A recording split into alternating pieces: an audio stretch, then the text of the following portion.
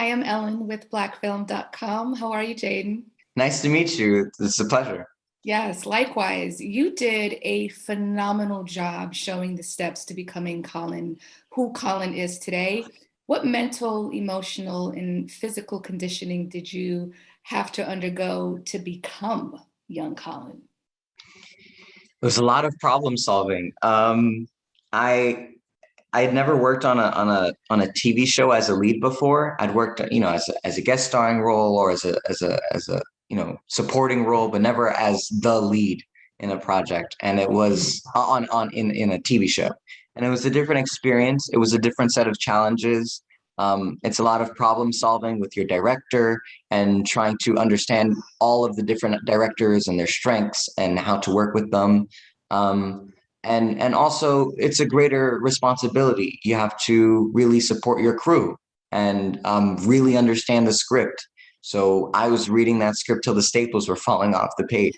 And I more than just from an acting perspective, which is what I love to do. There was also a lot of physical work. I'd never played basketball or baseball or football before, so I was doing a lot of training almost every day, working with the coach.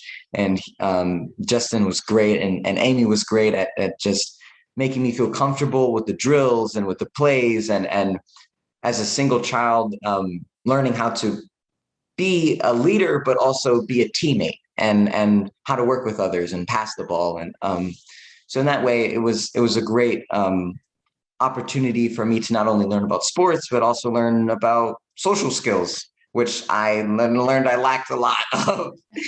um, but it was a great experience. And then I also wanted to learn or wanted to mimic Colin's tone and cadence towards the end of the story, because this is when Colin comes into his own. I feel like we see Colin who's afraid to speak up, who's afraid to use his voice because he's been shunned against it for so long.